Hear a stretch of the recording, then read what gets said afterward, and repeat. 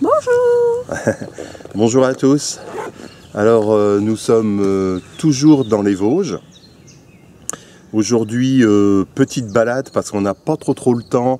Donc ça va être quelque chose d'assez vite fait. Il est aux alentours de 9 h du matin. On va essayer de s'arrêter vers 16-17 h grand max. Donc on va se balader au-dessus de Münster, sur un endroit où il y a eu beaucoup de combats, une ligne de front de la guerre de 14-18. Donc on va passer de blocos en blocos, voir un petit peu. Voilà, c'est plus de la curiosité que de faire une vraie randonnée. Et puis voilà, je vous souhaite un bon visionnage comme d'habitude. Abonnez-vous et partagez cette vidéo si le cœur vous en dit pour faire connaître la chaîne. Merci. Allez, c'est parti. À plus. Ouais, c'est parti. On y va. On y va. Allez, go. Go, go. Ça démarre par une bonne grosse piste légère montée, mais dans une jolie forêt. Forêt mixte avec pas mal de châtaigniers. Puis toujours le petit bruit des oiseaux. C'est sympa. J'espère qu'on va être bien.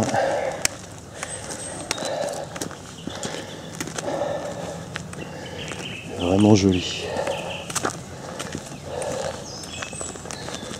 Bon. On a beau faire de la randonnée depuis 40 ans un peu partout. On s'émerveille toujours des mêmes choses. D'un arbre gigantesque par exemple. Oh, on n'en voit même pas le haut. Magnifique. On dirait un séquoia, j'y connais pas grand chose, mais vu l'écorce.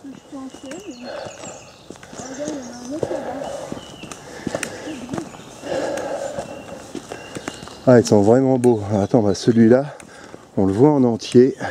Il doit être plus jeune, je pense. Mais ils sont Voilà. timides, hein. Ça donne une idée de la taille de l'arbre.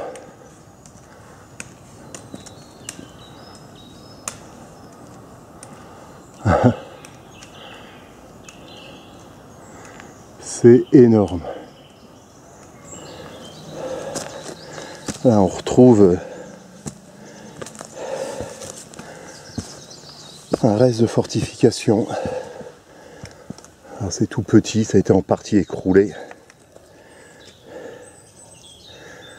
Alors je ne sais pas si c'est le cas ici, mais à plusieurs endroits, on a voulu effacer un peu les traces de la guerre à la fin du conflit. Beaucoup de choses ont été dynamitées, ont été remblayées. Et puis il y a l'usure du temps. Hein. Ça fait quand même plus de 100 ans. Donc forcément, encore un ouvrage. On dirait qu'il a bien morflé.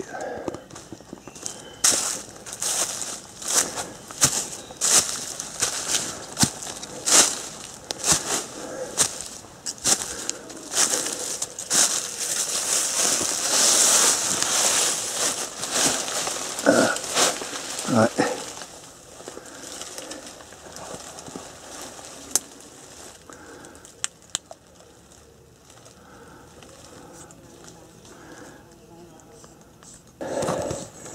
Alors là, il y en a encore un petit là. Bon, alors celui-là, complètement remblayé. On voit plus rien. Et l'entrée, elle est en dessous du niveau de la piste. Ouais. On va aller voir d'autres trucs. Sylvie est déjà barrée là-bas.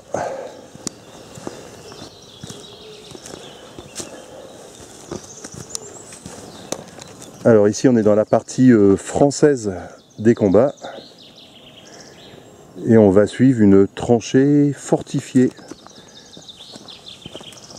Allez, on va aller voir ça.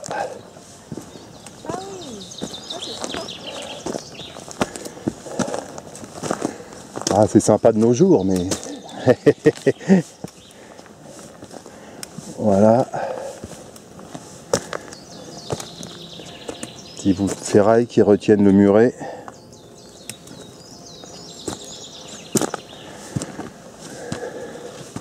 Et voilà le petit mur.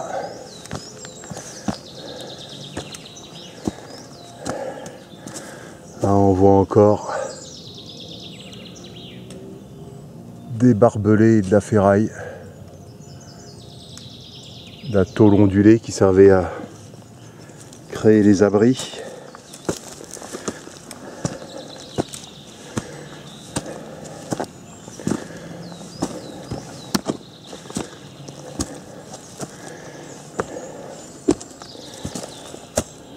Petite ouverture maçonnée.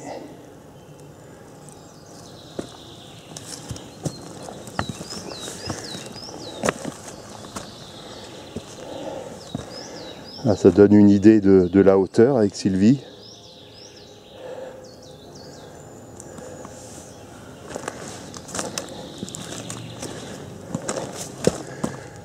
Et puis des petits créneaux pour guetter ou tirer, je sais pas trop. Voilà, encore un autre ici.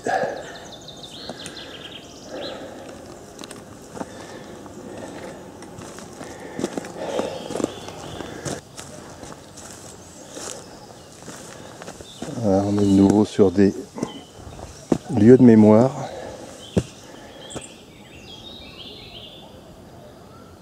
Ouais, contre-jour. À la mémoire du sous-lieutenant Jean de Guardia, 51e chasseur alpin. Mort pour la France le 21 février 1915, avec d'autres chasseurs, qu'il repose en paix. Et là-bas, on a encore une stèle.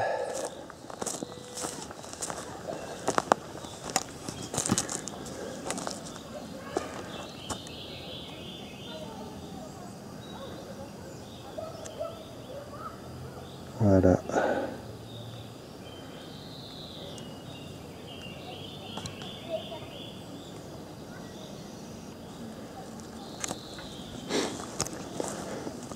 Panneau d'information. Regardez ce qu'il y a dessus.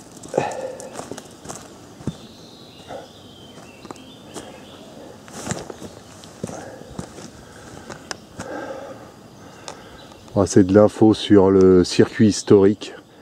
Gachenay, Reichskerkopf. Donc ils disent que dès septembre 1914, il y a un enjeu de guerre de position entre les chasseurs alpins français et les troupes allemandes. De février à juillet 15, les combats ils sont d'une violence extrême pour la possession du petit et du grand Reichskerkopf. J'ai un petit peu de mal avec ce nom. En fait, c'était les clés d'accès à la ville de Münster. Donc, ils disent aussi que le 6e et 23e bataillon de chasseurs alpins a perdu plus de 1400 hommes, blessés ou disparus, soit la moitié des effectifs. Et en ensemble, c'est environ 4500 Français et 4000 Allemands qui sont tombés ici. Donc c'est énorme, hein. On ne parle jamais de tous ces petits endroits des Vosges où ça s'est battu, hein, mais ça a quand même été des vraies boucheries ici.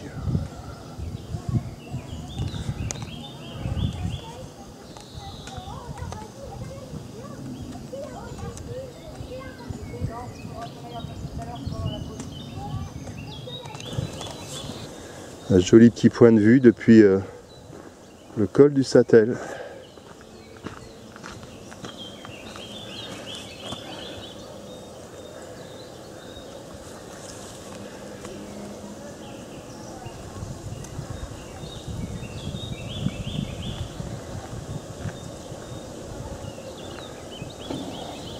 Un petit échantillonnage de ce qu'on peut trouver par ici.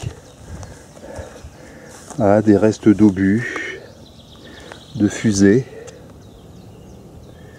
un petit isolateur pour les tranchées souterraines, des éclats d'obus, grenades, cartouches. Et en fait, à quelques mètres de là, je ne l'ai pas filmé, il y a une vraiment grosse excavation qui était un puits de mine en fait. Donc je pense que si on allait fouiller en face là, on en trouverait des choses. Ouais, c'est pas le but. Nous on va essayer de traverser ce massif parce qu'on veut pas faire le circuit complet, parce qu'on n'a pas le temps. On veut garder du temps pour une autre partie du front où il y a beaucoup plus de vestiges. Donc on va taper à la boussole et puis on va traverser entre les deux sommets qui sont sur ma gauche. On a fini de couper. Dans le coup on n'a pas trop bartassé. Et puis on a retrouvé une petite pistouille là, tranquille, qui va nous ramener sur la grosse piste qui nous intéresse. Puis bon, si on avait su, on n'aurait pas fait ce détour, hein, puisque les endroits répertoriés à voir étaient pas vraiment intéressants. Hein. Il y avait le petit échantillonnage de matériel militaire là, et puis une stèle de soldats. Bah, je pense que si on veut voir des choses un petit peu intéressantes, il faut vraiment aller fouiller dans les bois pour trouver des traces.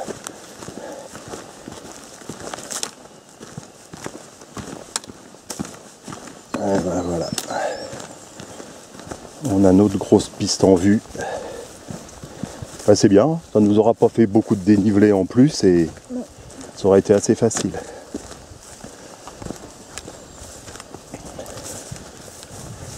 Un vrai petit champ de fleurs là, vraiment joli.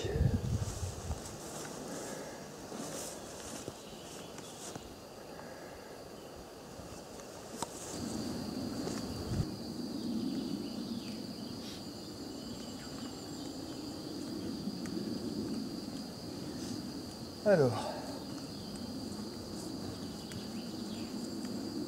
bah ouais, nickel. On est bien là où on devait arriver.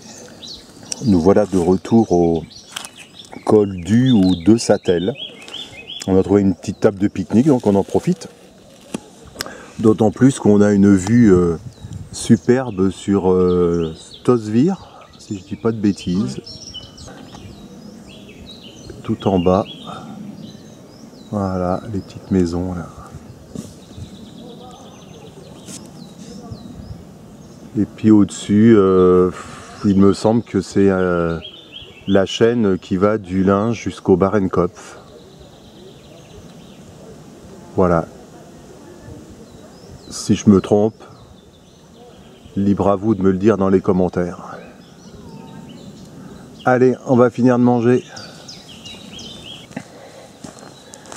Voilà, bah, premier petit ouvrage sur la fin de notre boucle. Ouais, j'ai juste un petit abri de pas grand chose qui a été aussi partiellement enterré.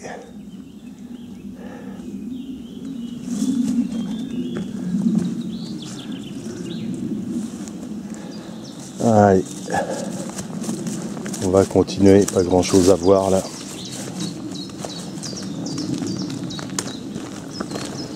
Je pense que vraiment ce qui est intéressant, c'est ce qui n'est pas vraiment sur le circuit touristique, mais qui est caché encore dans les bois.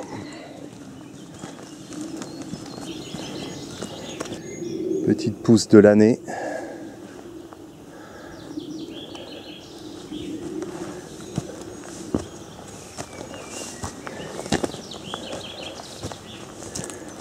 Alors, qu'est-ce que nous réserve ce petit sentier ?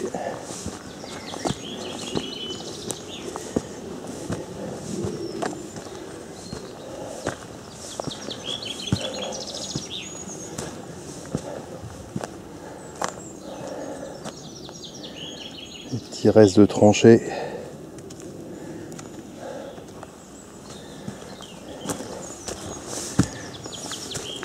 Là, un petit bloc.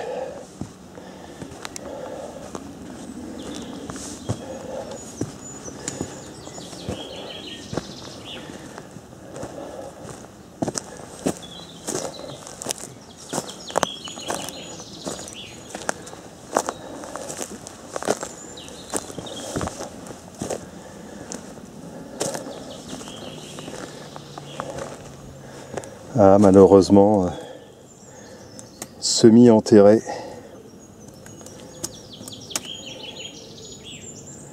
Mais bon, de toute façon, c'est encore un petit poste. Ici, il devait y avoir le passage d'une tranchée.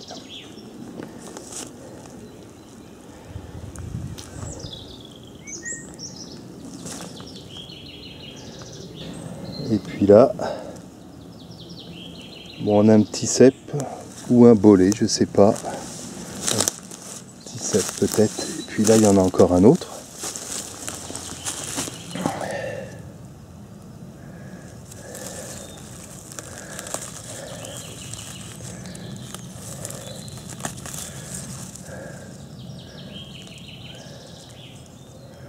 Voilà.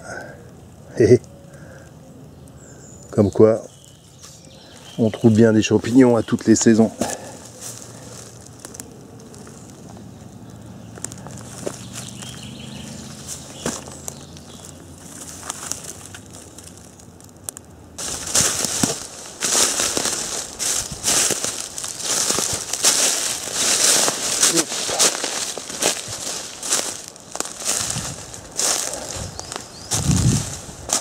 Alors celui-là est bien camouflé avec des petits murs de protection en grès. Camoufler un peu le béton.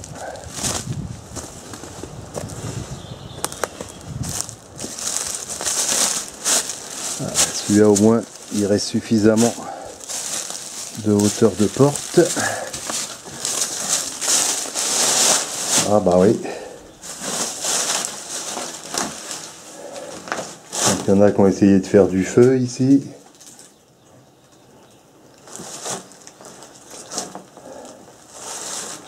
Puis là, bien sûr, ils ont laissé leur merde. Tant qu'à faire. Alors ouais, c'est juste un bout de béton, c'est juste un ouvrage, un petit ouvrage parmi des centaines d'autres, mais enfin bon, c'est quand même des lieux historiques, quoi. C'est un petit peu dommage de les souiller et de pas essayer de les préserver au maximum, quoi. Ah bon, on refera pas les gens.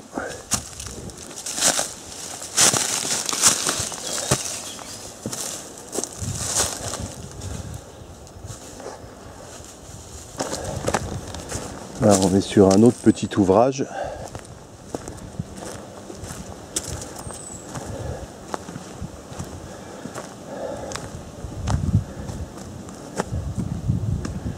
Ah ah. Alors il parle d'une station de téléphérique. Bien sûr qu'il fallait pouvoir alimenter le front, hein, en armes, en munitions, en matériel, en béton, en tout ce qu'il fallait. Alors je sais pas si ça c'est une des gares. On va pouvoir descendre de toute façon. J'en avais filmé une lors d'un bivouac hivernal du côté de la Tête des Faux, où ça s'est aussi énormément battu. Et du reste, on avait bivouaqué dedans.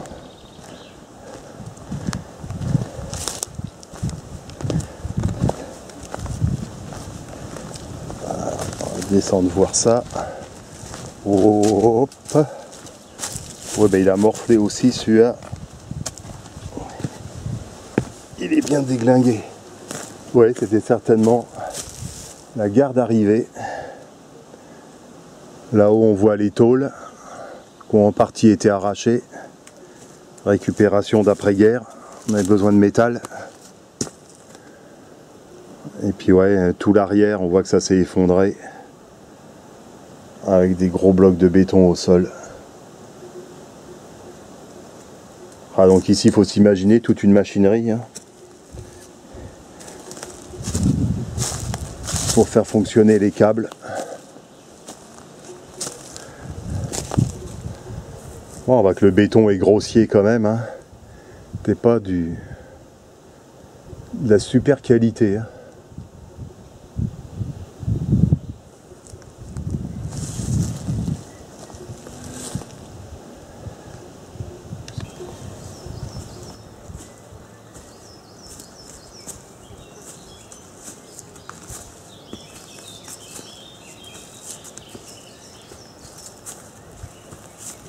Ah, ça grimpe. Ah, mais c'est juste là, je crois.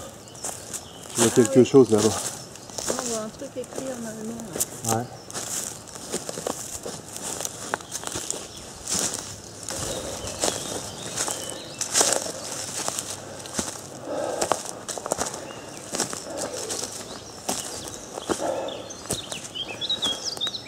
Ouh.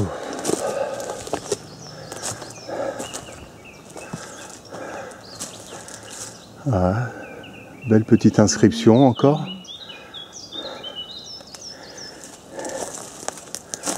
Je ne sais pas quelle utilité ça pouvait avoir. C'est un simple abri semi-circulaire. Ah, et une géocache.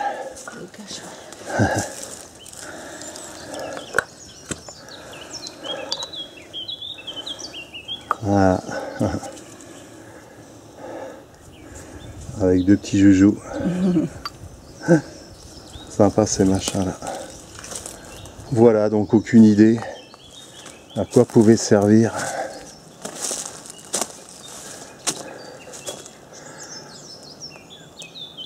cette petite fortification.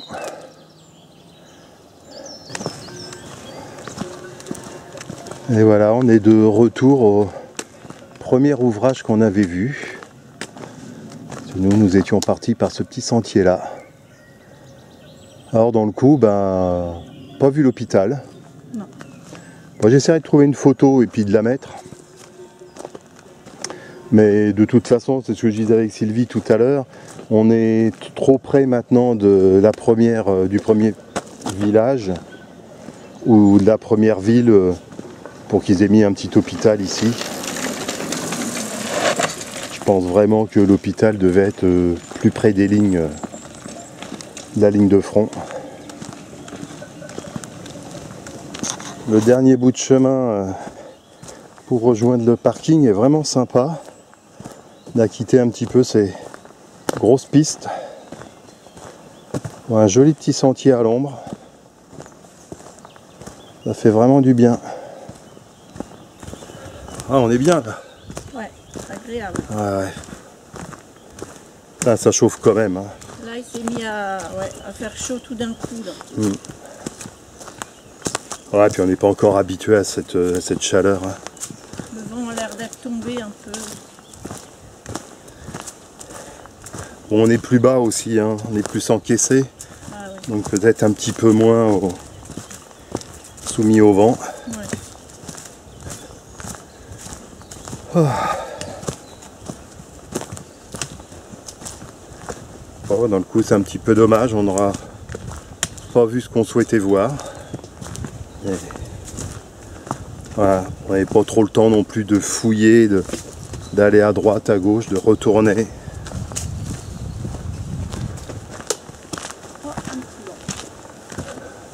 Peut-être une prochaine fois.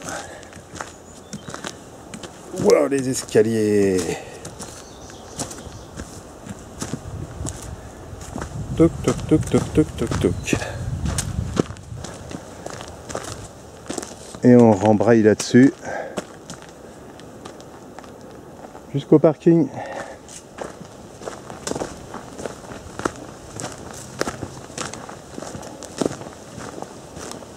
Ah, si on ressent un petit peu le vent là. Ouais. Ouais, mais là, c'est un petit peu plus serré les arbres. Donc, Ouais. on est vraiment plus à l'ombre ici. Ouais, mais ça fait du bien. Ouais. Ombre plus petit vent. Ouais, c'est agréable. Il y a même un petit banc. Alors, il fait une petite pause.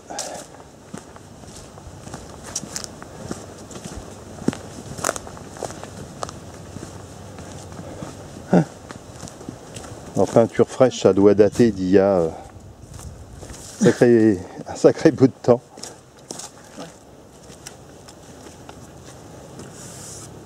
Elle est plus fraîche.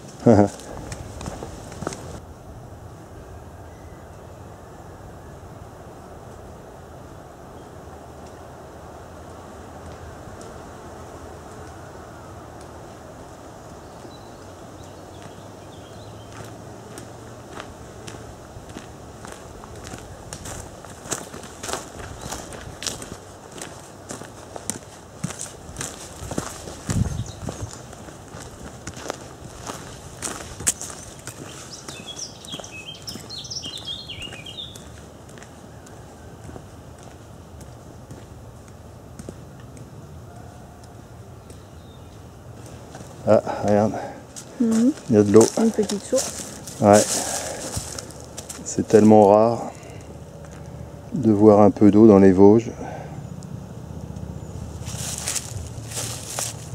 Pas grand chose qui se maintient. Nous voilà arrivés à la voiture.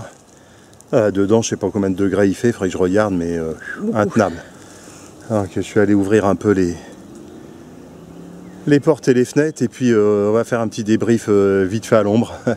On sera mieux. Voilà. Donc on n'a pas fait du tout le circuit prévu. Déjà, je pensais qu'on serait trop juste en timing. Et puis, comme on a vu qu'il y avait un fléchage sur différents blocos et sites à voir de la guerre, voilà, donc on l'a pris. Je sais pas si c'est une bonne idée parce qu'on n'a sûrement pas vu les choses les plus intéressantes. C'était un circuit vraiment pour, je dirais, pour touristes. Mais voilà, bon, ça nous a permis quand même de reprendre l'air et d'occuper la journée. Bien que là, il est très tôt, il doit être aux alentours de entre 14 et 15 heures. Ouais. Donc on va essayer de se trouver un petit coin pour se garer à l'ombre, se reposer, se laver avant de monter du côté du petit ballon, manger dans une ferme auberge. Et puis je pense qu'on passera la nuit là-haut, il y a bien des parkings aussi. Voilà, à part ça. Bah à part ça... voilà, balade quelconque. Oui, mais les sentiers étaient sympas. Oui. Les sentiers étaient sympas, donc mis à part la visite, voilà. Mais les sentiers étaient très jolis. On a eu le chant des oiseaux. Il n'y avait pas beaucoup de monde.